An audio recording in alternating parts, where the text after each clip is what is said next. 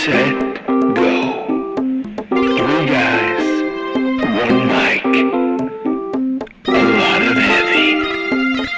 Oh yeah.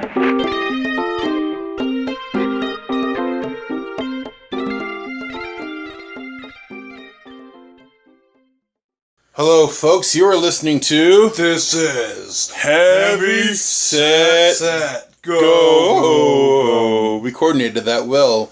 I am Jeff Crenshaw. And I'm Alan Burrell. No, you're not. I know, I'm never here. Because I'm Alan Burrell. He's never here. He's never, ever, ever here.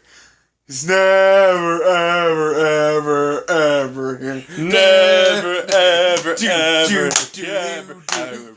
Burrell's never here. Sorry, guys. Hate to be this, but I have prior commitments. You want to do tomorrow? Oh, that's too bad. I'm helping AI with films they have. Never here. He's never here. Burrell's never, never, never, never, never, ever here. Alan Burrell is not here today. We hope to bring him by another day to do a podcast. Yeah, enough about him. Can we just stop talking about him? Okay. No, I will never stop. No, because I carry him in my heart. We're done. Let's move on. We got a podcast to get to. I'm carrying him in my heart. All right, though. Today's song is going to be Dedicated to Alan. No. You know what? I retract Jeff's dedication to Alan, and I did. He's dedicated affinity to Alan. Okay, but that's done. I can't even say what I was going to say. Oh, go ahead. Anyways, today's song is going to be a classic. One of the greatest songs ever made. Do you want to dedicate it to your bride? I'm on day 4 of the 7-day spousal challenge. Tomorrow, I don't know what she's going to come up with next, but day 1 was amazing. She stayed in bed with me the whole day. So beautiful. Day 2, she came to work and gave me a kiss. Day 3, we went and saw a movie together. Day 4 was just a picture of us exploring the world together. Day 5 is when I realized that my spouse doesn't really exist. Okay. Ben. What? I got news that might shock you. Maybe I shouldn't tell you over a podcast, but I've been hanging out with your wife when you've been at work. And doing what? Baking cookies or Kissing under the August sun. It's been August for 8 days. Have you been doing it every day? Every day that you've been at work. So Okay. Well, this is a bad revelation to have on a podcast because I'm about 2 seconds away from choking your fat ass. Okay. Hey. So we're gonna get straight to the song. She doesn't love you. She loves me. Okay. This hypothetical spousal thing is getting out of hand. Okay. Okay. I'll probably never have a wife. The girl that I was seeing and having dates with just told me that I wasn't good enough for her. So that's what I'm dealing with right now. And pretty much I'm to the point where I'm thinking, man, I've tried Tinder. I've tried Plenty of Fish. I've tried actually talking to women. I don't think women even see me anymore. I think I'm kind of an invisible force that walks around going, movies, music, and food. And I laugh with my big red beard, and I'm just like that invisible person that women can see, but they see right through you. Well, didn't you get hard strung on you by women at work? Yeah, but those women don't really count because do you see me? I mean, I wouldn't be here doing this podcast if those women actually count. You know what I'm saying? Oh. I'd be probably hanging with the women, right? You need to sort out your priorities. This podcast is everything. Oh man, well, I was gonna say something that was gonna be really ridiculously sad, but the other day I was thinking. I asked a girl at work, "Hey, should I cut my hair?" She's like, "No, you should leave it long. I love it when it's long." That's what she said. She was like, I love it when your hair is long. It looks you're so handsome. And in my head I was thinking, Yeah, but I've asked you out on dates, so why does your... And you said no, so what's your opinion really matter? Is that shallow? Maybe that's shallow. I mean, a woman's opinion is always nice to have when it comes to facial hair, because I don't know what I'm doing with all my facial hair. Then I think, why does it really matter? She doesn't love me. I shouldn't take her opinion. Okay. Anyways. I just want to, for myself, just try and groom myself in a way that is as gentlemanly as possible, because I want to be a gentleman. Oh, is that it? Yeah. Is that what you want to be? I want to be a gentleman. Man, it's been a long time since I've seen you be a gentleman. Hold doors for people. Is that because you hold them because you can't fit through them and you don't want to be seen walking through them, so you'd prefer to have them go through before you? Wow. That's a lot of hostility you're throwing at me. I'll give you a pass, though, since you were just dumped a few days ago. It's rough. And the worst part is that she wanted she wanted to have a sit-down talk. Was she sitting on a love seat? Did she, pat the cushion next to her? No, this was over text. Listen. Oh. She wanted to have a sit-down talk. Over text? Yeah, I know, right? And, she was texting me this, like, hey, I want to tell you this in person, Mm-hmm. I want to tell you how you're not good enough for me and how I'm never going to be emotionally available for you. And, I kind of was like, you know what? I don't need it. I was thinking, I'm just dealing with my sunburn on my foot still, and it was just kind of hurting, and I didn't really want to, come over, and I'm just like, sure, yeah, we'll talk. We'll never have that sit down. It's like, I already know you've already sent the wall down. There's no need for me to, come over and have you do it to my face. You know what I'm saying? Maybe this is a theory. Maybe she was trying to manipulate you into, going there and proving your love to her. And she's like, he's coming in a few days. He's going to crack and he's going to bring me roses and chocolates. And then he's going to drop to one knee and he's going to start singing I'll Be by Edwin McCain. No. I'll be your crying shoulder. Okay. And you went back. I was pretty sure that song was I'll Be. It is I'll Be. Because you're saying I'll Be. I'll be... Well, you're the guy that says neither instead of neither, so well, I've always been a neither fan. Yeah. Neither sounds like such a stupid way of saying something. Neither sounds British, and we live in America. And the funniest thing is I realize everyone that I know says neither, but it didn't sound good to me. So, fuck those people. I'm going to say neither. And you refuse to use the word remote control. Hey, Jeff, get the channel changer. The Blu-ray player doesn't have channel changer. Okay. Well, when I was young... when my parents loved me, unlike your parents, because they never loved you, they taught me a very valuable lesson. Ben, if you want something, ask for it. And their example that they used was the channel changer. They said, Ben, if you want this channel changer, you ask for it. I said, Mommy, can I please have this channel changer? And they were like, sure. And I said, neither. It doesn't make any sense. And then I remember at your house when you lived with your parents. No, dog. You just puked on the ground. I don't want to taste you puke. He wasn't gonna make out with you or anything. Rusty wanted to kiss me. I'm kind of a kissable guy. Well, Rusty fills the void of anyway. I remember Rusty loves me. I remember being at your house one time, and you wanted to scoop out pumpkin ice cream for each of us, and you couldn't find the ice cream scoop, but you were asking your mom, Mommy, yes, Benjamin, where's the freezy spoon?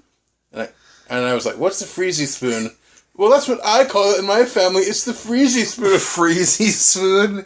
I'm pretty sure I've never used that term in my entire life. That's the first time I've ever heard the word freezy and spoon be put together. The funny thing is I know exactly what you're talking about. It's that thing that you put hot water in that you can scoop ice cream with. but I don't think I've ever called it the Freezy Spoon. But the funny thing is I think I can remember looking for that spoon and actually scooping up pumpkin ice cream. Man, pumpkin ice cream sounds good. Yeah, but you have to wait like 2 or 3 more months before that season. I'm sure we could get some vanilla bean ice cream and mix it with some pumpkin pie mix or something. And that sounds good. You should enjoy the season that we're in though right now because there's Marionberry stuff all over. This is Oregon, after all. Well, Marionberry is the best berry of all. So there's Walla Walla sweet onion stuff, but that's not very desserty. But and that's not a berry. Neither is pumpkin. No. But you were just saying there's berry stuff. Berry. I said there's Walla Walla onion, berry. I said there's Marionberry stuff, and you're like, best berry of all. And then I was moving through different. The basic subject was things that are in season right now. Oh. Which includes Cat, shut Marionberry. the fuck up. Cat, shut up. Which includes Marionberry and Walla Walla. Can you lock sweet the cat onions. in? Can you lock the cat away? Sure. That cat will not shut. Okay. Gosh. Okay, for the second podcast in a row, I want to let you know, Heavy Sicko does not condone animal abuse, except for certain animals. Jeff? Yeah? Abuse the fuck out of that cat. If I can find him. Oh, he's walking in there. Got him? Just kidding. Not really abusing. Stop him yelling. We just gotta lock him up, because the cat pretty much will cry and whine all day long. And he's been fed, he's gone to the bathroom, he's played with his little cat toys, but he won't shut up. I don't know what that means. Is that like a universal sign for I have worms? Meowing constantly? Yeah. I don't think so, because Alan hasn't meowed incessantly when he's been over. And he definitely has worms. He must. That's a great segue into our song, American Made, by the great Oak Ridge Boys. That was the worst segue ever. Okay. 1, 2. 1, 2. Seems everything I buy these days has got a foreign name. From the kind of car I drive to my video games. But when it comes to her loving arms, this much is true. My baby's genuine USA. Red, white, and blue. Do, do, do. My baby is American made. Born and bred in the USA. From her silky long hair to her sexy long legs. My baby is American made. She looks good in her tight blue jeans she bought in Mexico. And she loves wearing French perfume everywhere she goes. I got a Nikon camera, A Sony Color TV. but the one I love is in the USA. Stand next to me. Let's read that verse. Yes, that was the first verse. My baby is American made. She is Born and bred in the USA. From her silky long hair to her sexy long legs. My baby is American made. Start the first verse again so you can get that Nikon camera. I'm gonna ready to go. 1, 2, 3. Seems everything I buy these days Badu. has got a foreign name. Nakanichi. From the kind of car I drive to my video game. Here we go. I got a Nikon camera. A Sony Color TV. But the one that I love is from the USA and standing next to me. Oh yeah. Well, my baby is American made. Born and bred in the USA. From her silky long hair to her sexy long legs. My baby is American made. My baby is American made. Born and bred in the USA. From her silky long hair To her sexy long legs. my baby is American made. That was pretty good. That was good. Yeah, until I botched that line. Well, like the first verse, after To My Video, you went straight to the second verses part with him instead of doing Nikon camera, which I know you were like waiting for Nikon camera. I was like, oh, all right. From her Nikon camera. Okay, I can get my voice deeper than that. From her Nikon camera. The worst part, guys, is I know Jeff has spent hours. I know Jeff has spent hours trying to get that bass voice just right. I can't do it. If you've never heard that song, the Oak Ridge Boys are this like country band from, they've been around for a long time. Nikon. They have a few hits, American Made being one of them, Elvira being the biggest hit of them all. But they're kind of like a harmony group, and one of the guys is a bass, and he has like the lowest voice ever. And we saw him in concert at like the Tillamook County Fair, which was amazing with my grandma. The bass rattles your insides. When he sings his bass parts, like you feel it like in your diaphragm, like it shakes your inside. The way the speakers like amplify the bass, it's like it shakes. You can feel your organs like rattling in your. And it's hilarious, but it's great. Like I wish I had a bass voice. When it comes to her loving arms. I can't get it. It's that you get the first part pretty good. It's when he drops down lower in that second part of the verse. That's as low as my voice goes. But like, maybe if I made it higher.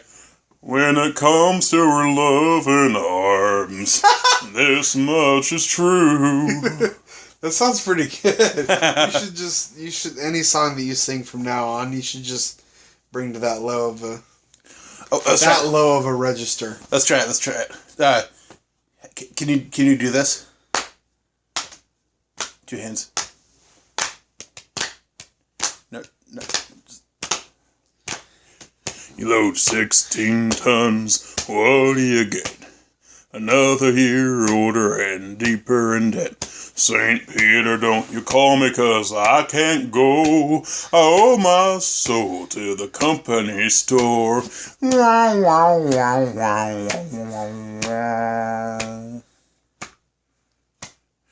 Michael is my middle name, but I forgot the lyrics, blah, blah, blah, blah, blah.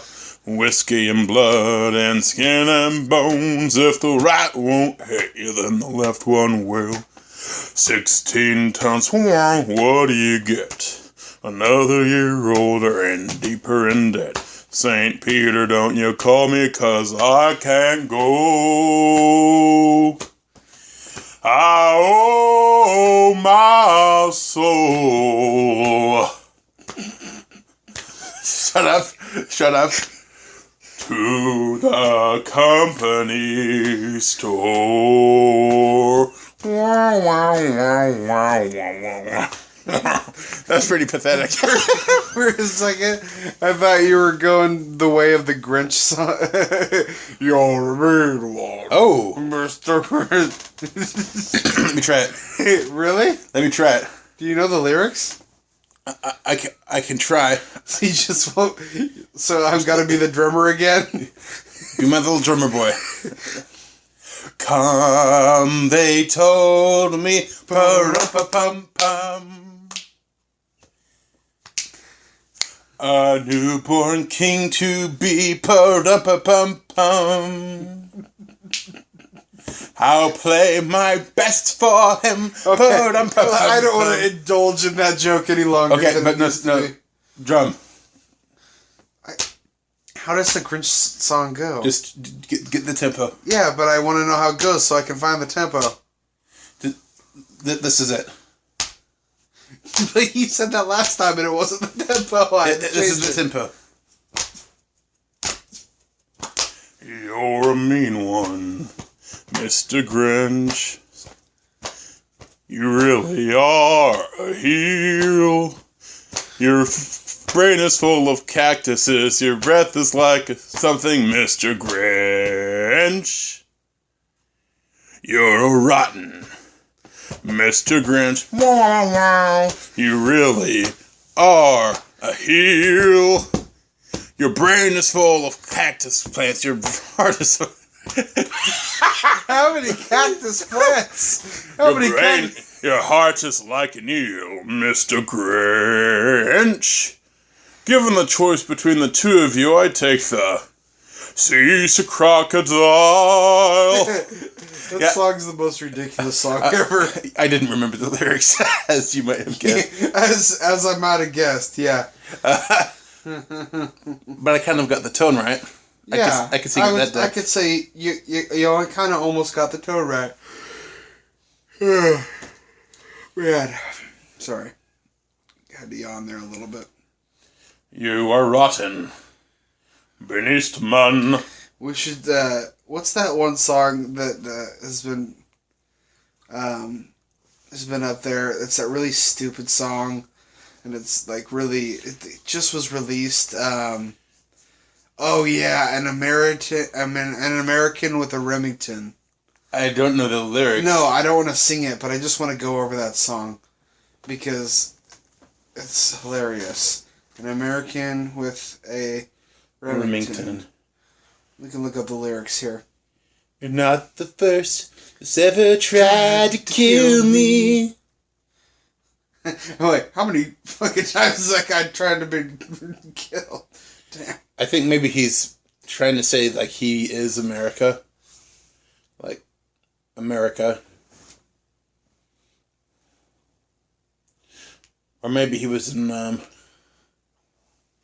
what was his name?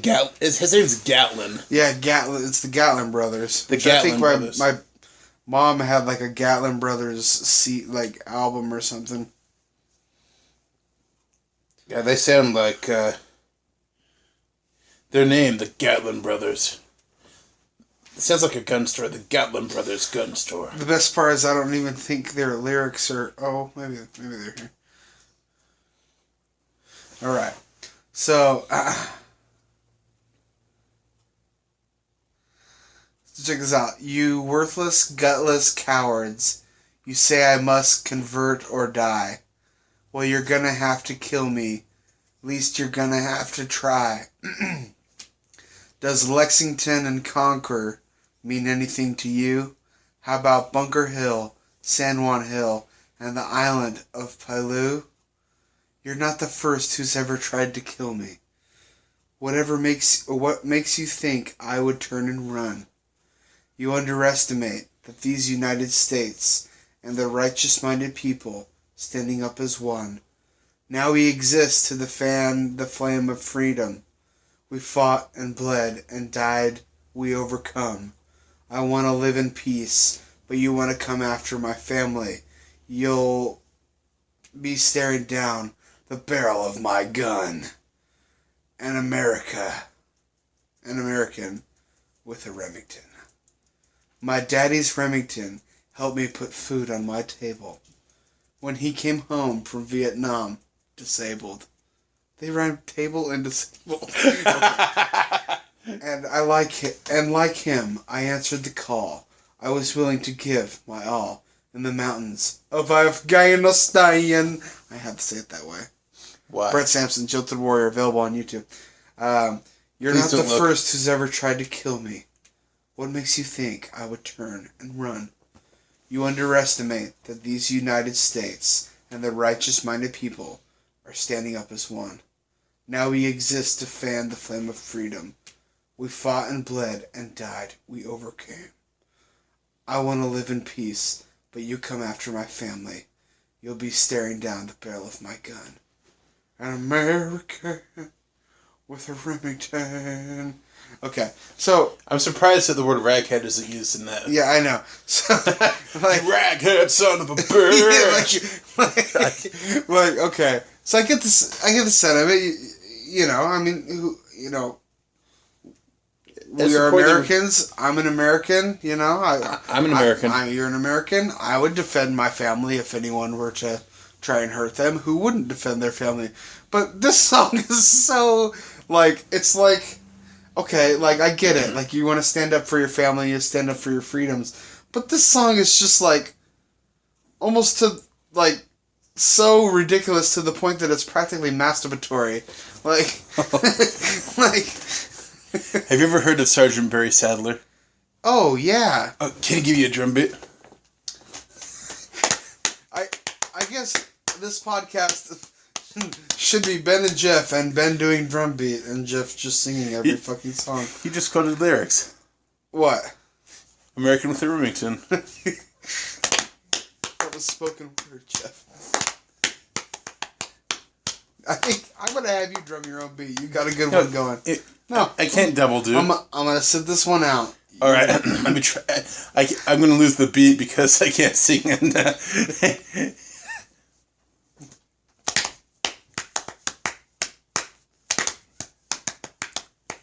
fighting soldiers from the sky, fearless men who jump and die, men who mean just what they say, the brave men of the Green Beret, silver wings upon their chest.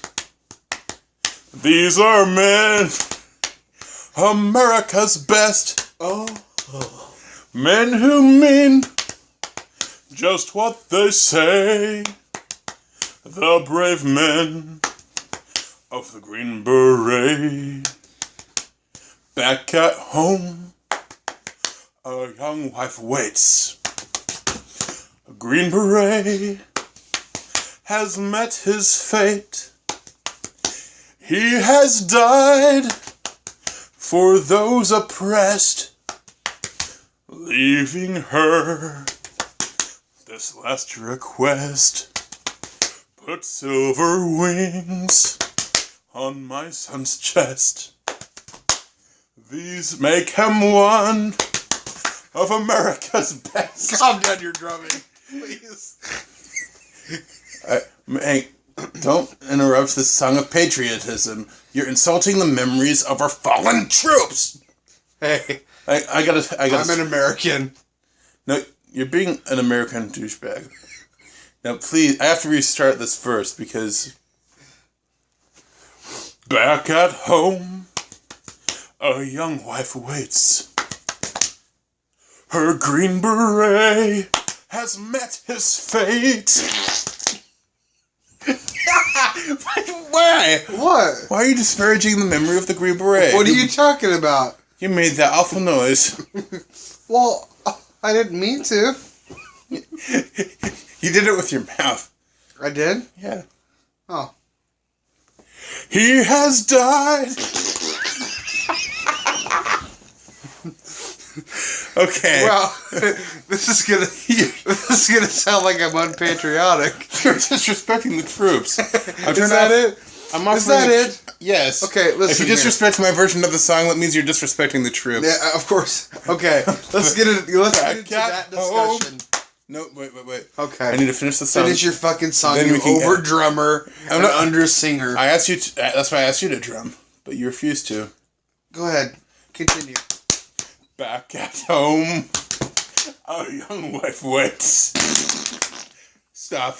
I'm drumming with my mouth. Stop drumming with your mouth. Okay. Just let me do it. Okay. Her Green Beret has met her fate. He has died for those oppressed, leaving her this last request. Put silver wings on my son's chest. Make him one of America's best. He'll be a man. He'll test one day. And soon he'll wear the Green Beret.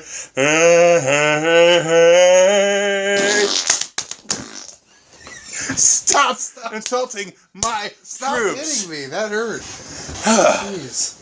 So tell us why you hate the troops. No. No. I don't hate the troops. The troops are wonderful people. Well, You most just of hate them. you hate people that pay homage to their service to our country. No, I do not. And I know where we're getting at here, but I want to refer to the fact that there seems to have been a few really bad servicemen movies released recently, and somehow American there Sniper. seems to be a group of Act of Valor too. There seems to be a group of people that think if you think a movie about someone who's in the service is bad, that all of a sudden you're unpatriotic and you think people who serve our country are horrible people and you are against them and you are un-American. Well, you pointed this out to me the other day, actually. It's very much like the Ghostbusters controversy. Yeah. Where anyone... Now, granted, there were a lot of misogynists out there bitching Oh, about no the doubt movie. about it, there were. I saw them, but Yeah. every single person, it seems, like at least every person of a high profile or somewhat high profile standing, and a lot of like lower level people like us, whenever they mentioned how they didn't think the movie looked good, like they got attacked for being misogynists. And a few years ago, it was a similar attitude with American Sniper, or Act of Valor, in regards to, you must not like the troops. Yeah, it's ridiculous to me because the whole thing, I mean, Ghostbusters, okay, it was kind of funny, but it was a pretty mediocre comedy, pretty subpar comedy. It wasn't and great. that is the final word about it. It was not a great movie. Not a lot of people are going to remember it from years from now. And, he's made some fun. I thought Bridesmaids was funny. And I thought Spy was actually a pretty funny movie. And I'm not a big Melissa McCarthy fan. But I feel it's stupid. You saw Spy? Yeah, I did. It's actually pretty good. I haven't seen it. But I feel it's so him as a stupid that I person. have to be like, I'm not, against women, but I didn't like Ghostbusters. Why do we have to do that? That's so stupid. Like, I love the fact. It's guilt marketing. I love the fact that it's like, oh, well, you must be a misogynist. The simple fact that is what you have to say kind of is almost reverse your opinion because you're, singling out, us for thinking the fact that the movie sucks. Oh, well, it has to be because there's women in it. No, that's not the case. If they remade Ghostbusters with an all-new guy cast, I still would have thought it was a stupid idea. I'm to the point where if they didn't... If it was the original cast, I would have been very suspicious of it. I would have been suspicious if it was the original cast, of course. It's the same thing with the Dumb and Dumber movie. Like, I was kind of excited to see them get back together. But that movie fucking sucked. I haven't seen the movie, but I've seen clips. You made me sit through like the first 20 minutes of that piece of shit. I'm a huge Dumb and Dumber fan, and I was excited. The fact of this, now that Jeff Daniels has gotten back as kind of like a world class actor who's won an Emmy and everything, Jobs. and even Jim Carrey is a really good actor, dramatic actor, and the fact that they were getting back together to do this, I thought, oh my gosh, this could be awesome. But man, that movie was one of the worst things I've ever seen. It was like, oh my god, like that movie just must have came at the right time and when it came out in the mid-90s for me. And I still, I still love it. But it's just like, it's to the point where it's like, people who, oh my god, dude. The patriotic thing is what pisses me off most. Like, American Sniper started off to be a fairly decent movie, but the first half hour or so was fun. It's just, and I do say the performances are pretty good, but like it's just so shallow, and it's like such a hollow and shallow attempt at trying a patriotic movie, and the movie just kind of plots along with no real heart. That's the thing. You give me a war film with heart, okay? I mean, if there's any film that that needs a beating heart, it's a film that is as, A war film. Saving Private Ryan, man. Saving Private Ryan, that opening scene. Oh man, and yeah. the guy drops at the side of the graves. Oh shit! I just got chills thinking about it because that is like the ultimate, like, oh my god, like soul crushing, like The scene where the guy picks up his own arm off of the Normandy beach. Well, yeah, and he's like, the guy's trying to put his guts back in his stomach. Like, are you kidding? Like, but like, give me a movie like that. Now, obviously, Saving Private Ryan set a standard for war films that has not since been matched since that came out. But there's plenty of decent. Band of Brothers. I've seen a few episodes. Band of Brothers was fantastic, fantastic series. I just think that's like, oh my gosh, Act of Valor came out. A whole bunch of actual servicemen acted in that movie, and because it's actually a pretty trash movie for the most part, like, oh my god, I can't believe you would do such a disservice to this country by hating that movie. There are real heroes who are acting in that movie. There's a reason that there are these people who have a job which is called acting. Mm-hmm. And it's because not everybody can do it. If everyone could act as well as, I don't know, Leonardo DiCaprio, we wouldn't need Leonardo DiCaprio to like entertain us at the theaters. Well, and I don't think it's necessarily a bad idea to do. I mean, for lack of a better comparison, For stunts, I guess. Think of the fact, in probably actually one of my top 10 favorite movies of the last 10 years, Bernie. There's a lot of real life people who are doing acting in that movie who actually are pretty good. Not everyone, but there are some of them in that movie. And they're like fine. But like, you could put people who, as a tribute who may not have natural acting talent. The people in Bernie, though, they're just like they're just talking about a local scandal. You need for scenes with like, oh, we're in battle. Oh, and I don't belittle the actual soldiers at all. But for scenes that require drama or fighting, being on set, having a guy with a camera, like to say, okay, step over here, step over there. Say this line, that's different than actually going through the experience.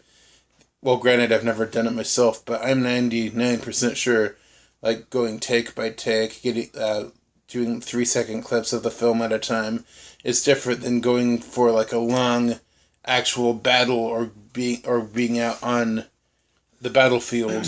Well, I even think that, so you have to act to be able to having seen the that. movie, it's not even that their acting was even a thing that was that bad. It's just the movie sucked. I heard a lot of people say their acting wasn't great. But because there was actors in it there were actors in it that, protected our freedoms, all of a sudden it makes it, proof or, a force field over the fact that you can't be critical that the movie sucks. Yeah. I don't know. It's the whole argument's always kind of pissed me off. But there is good news, I think, maybe. What? I don't think we're going to hear that bullshit about how unpatriotic we are because we didn't like American Sniper, because Chris Kyle himself was seen at the Democratic Convention a couple weeks ago. Yeah. The real Chris Kyle. Actually, come back from the grave. Is at the DNC and betrayed every Republican on her. That whole controversy. I actually saw Bradley Cooper was on, I think, like James Corden or something, and he was talking about that. He said it caught him by surprise. Like, he didn't really... Oh my gosh, that's like the funniest thing ever. Like, people, oh my god, the guy that portrayed Chris Kyle is a sissy libtard. Oh, I thought people who are actors are actually those people. Like, oh my gosh. Like, oh my gosh. God. Let's not get too political here. But I do love the fact that I use the word libtard. It makes me happy. I love that word, libtard. I love it when people use it. I called you a libtard the other day. You did. I love it when people call me a libtard, because you know what? I am a libtard. Hey, libtard. Well, part of me wonders if some of those people thought he really was Chris Kyle. Wow, did you betray my Chris Kyle? Yeah, that's what it seems like. That's what it seems like. It's, Is that the cat? you know what that is, the cat. I It locked him is? in there, yes. I thought you abused it enough. No, I do not abuse animals. I don't believe in it. But, it reminds me of the time where I saw that Lou Diamond Phillips was still alive and I felt betrayed. Because I thought he died in the plane crash. Richie! Wow, we did it at the same time, and I wasn't even looking at you when I did that.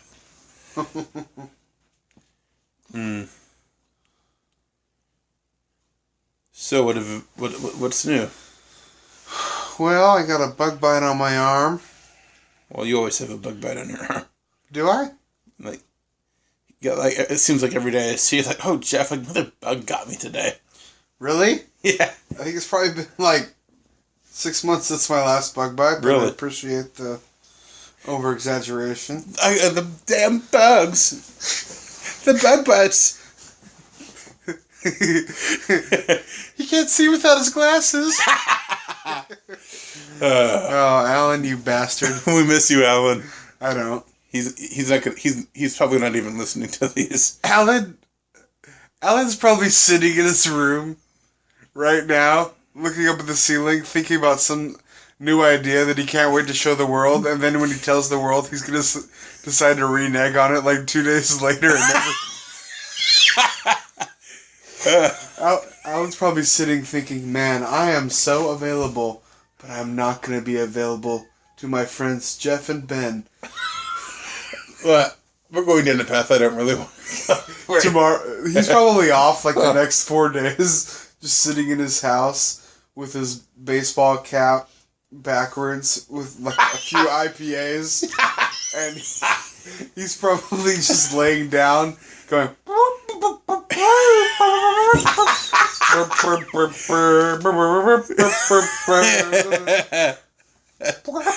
I'm gonna be your asshole forever. Wow, there's a lot of inside jokes going on here. As you notice, Jeff isn't partaking much. I have now made Jeff uncomfortable. God, Jeff, you're sweating pretty good. Am I? Damn. We're gonna sweat with those brilliant drum beats for the Sergeant Beret. It's the Ballad of the Green Berets. Oh, by Sergeant Slaughter? Sadler. Barry Sadler. Slaughter and Sadler are two different... Are you making fun of a serviceman who took his life? Okay. He committed suicide. Really? Yes. So the slaughter pun really is in poor taste. Wait, Sergeant Sadler committed suicide? Sergeant Slatter. Sadler. You said Slatter. Sadler. You said Slatter, though. I'm pretty sure I said Sadler. I can't wait to listen to this audio. Prove you wrong. You said Slatter. Sadler. But Sergeant Sadler. And if this is edited when you're listening to this, people out there, you know Illuminati is near. Illuminati on your body. The Illuminati, the people who want to kill Santa. Hey, speaking of Santa, you're writing a script, correct? Well, I'd rather not go too much into it, but I am writing a script, and we were going to read that today. Oh, shit, that was today. Yeah. Well, folks, it's been good talking to you. I'm Jeff Crenshaw. I'm going to read that on vacation. Oh. I'm going to read it on vacation.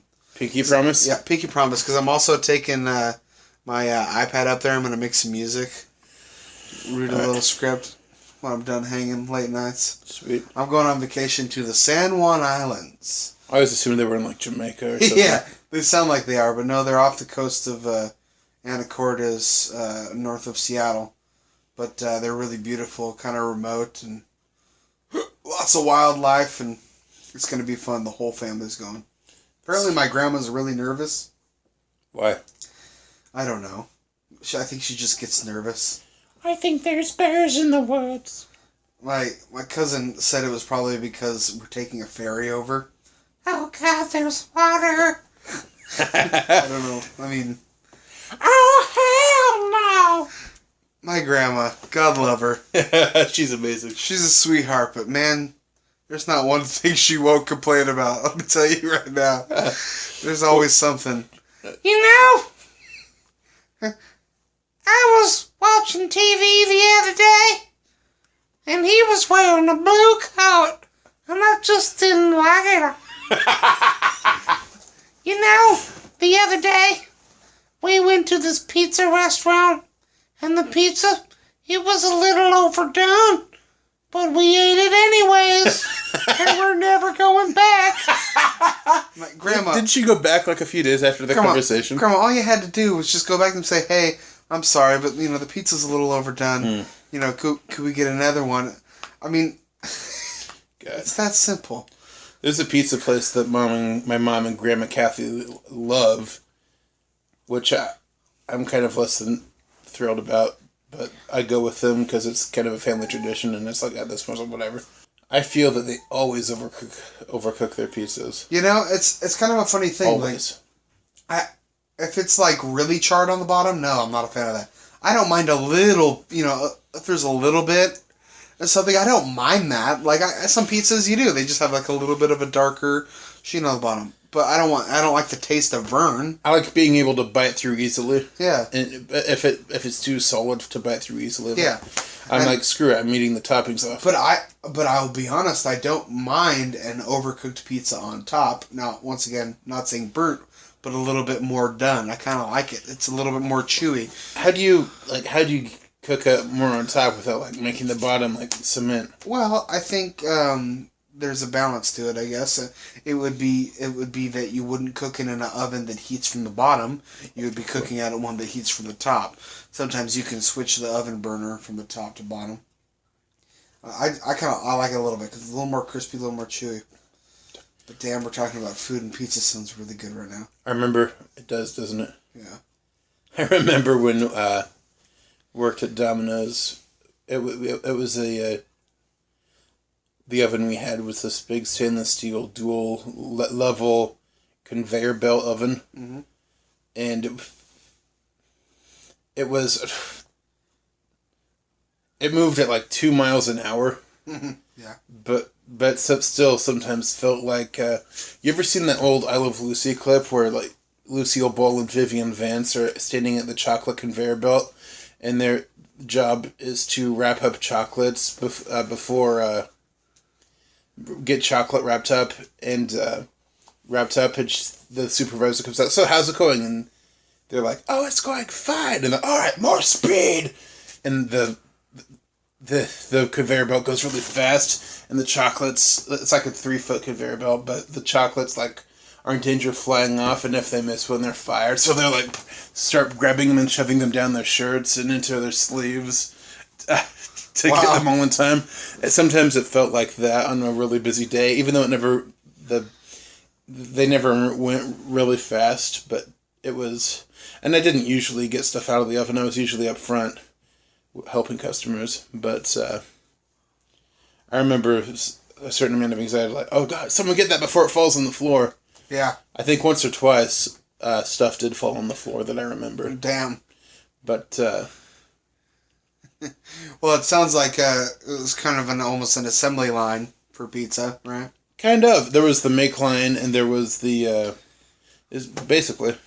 That's kind of a funny thing. Like, I remember when I was working at Jamba Juice, it was an assembly line. Mm-hmm. You had a person who was a tagger, Mm-hmm. and they called it a juicer, and the person would get the tag that says the Jamba Juice with its stipulations on it that was sent from the person at the register. That person would then pour juice or the right amount of juice into the cup, then pass it over to the person who was the scooper. The scooper would scoop the sherbet and then, the fruit into it and the boosts. Then he would pass it over to the blender, and the person would blend it. And then, then it would be to the pourer. And the pourer was always, the person who was either really nice or personable, Usually a really pretty girl. But sometimes it was me, and I liked being a porn because I could do some cool things with porn. I felt pretty cool. When you like accidentally spidered someone on the counter, you could like lick it up real slow. Oh, and like look up seductively at the customers, like, "Oh, you're a bad boy for doing that." Who's getting reported to the health office? It's kind of funny. I think about that every now and then. I don't think a lot about my previous jobs. I rarely think about Safeway, and I rarely think about G.I. Joe's because each of those I had for about 6 months. I didn't have it for very long, and I can barely remember what I did. Spend the time away. I can rarely remember it, and. Well, G.I. Joe's, that was like 10 years ago, wasn't it? I mean, yeah, it was probably like 7 or 8 years ago. Oh no, even more than that. Damn. Yeah, it's 10 years ago. Because I was like a sophomore, I think, when I was there. But, so that's 9 years ago. Wow. That's crazy. Almost a decade. But, I do remember Jamba Juice quite a bit. And I remember those summer days where you'd have a mid-shift, say you'd come in at noon, say I was a part-timer, so I'd work, noon to 5 or so, and you'd come in and it would just be, line out the door at that Tannisport Mall store, and it would be like going onto a war field. I mean, that's kind of what it almost felt like, you got 2 lines out the door, and you'd also have a person doing dishes, and just... I kind of would love to go back for one shift, like on a busy day. Yeah, I was thinking about that the other day. They probably would let you. I'd love to suit up, and I'm sure I could still do it. But on a busy day, like I would love to kind of like hop back into it and feel the kind of rush of it, because that's the kind of funny thing. If I was in a good mood, it'd be pretty fun. I don't think they would on second thought, because you have to like re-register into the tax situation there. And that's a lot of stuff. You definitely, but. I still think about it every now and then. I wouldn't want that job anymore, but... You don't want to go back to the Jamba era? That was... A lot of people were like, oh my god, you worked at Jamba Juice? I'm like, man, Jamba Juice was awesome. I was, like, one of the 3 guys that worked there. Okay. Like, working with, like, some of the most amazing women, like, ever. Like, absolutely gorgeous, incredibly smart. And it was, like, all a learning experience. All they did was vent about their boyfriends, and I'm like, oh, I was taking notes. I'm like, oh, I shouldn't do that? Okay. I shouldn't do that. Like, sadly, oh my god, can you believe my boyfriend said I look pretty today? Well, I did say... a bastard. I did say the girls were smart. Jeff, how's your latest love going? Well, Truffle Runners is going alright. I'm about to do voiceovers on the film.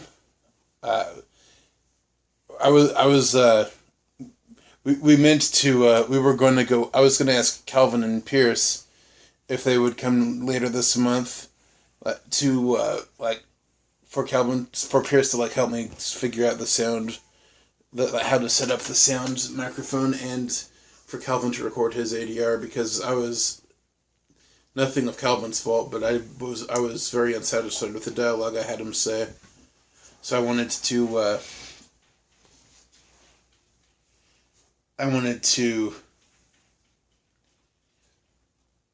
get him to do ADR, but Ben Eastman had to go get a dishwasher pod-sized blister on his foot. Well, enough about my foot, because it's been really painful, and it's been one of the worst experiences of my life. But let's come back to the fact that you are beating around the biggest bush I've ever heard in my entire life. He went and got the sunburn. And we weren't able to go. The worst part is I remember telling Calvin, yeah, I'm definitely going to come out. Yeah. Thinking that my sunburn situation would be good by then. And then it proceeded to get worse in between the time that I said, yeah, we're definitely going to come out till when we were supposed to come out.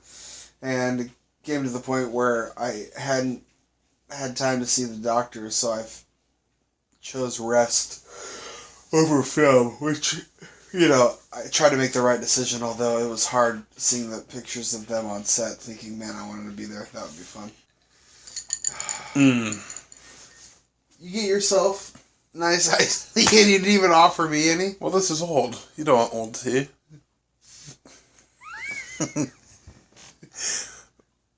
I can't do that in the middle of a podcast. Why not?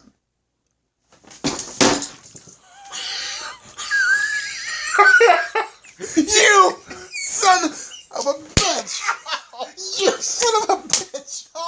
Stop! Stop! Stop! Stop! Look what I'm sorry. You said the tea was old. You gonna tell you motherfucker, and you clean up that tea. You said the tea was old, and I didn't want you to get poisoned. You fat fucker. I'm sorry. He just kicked over my iced tea for no reason. You said the tea was old, and I didn't want you to get hurt. I was only looking out for my friend. God, the bullshit that you get away with. If I did any of this stuff at your parents' house. Yeah, I would kill you.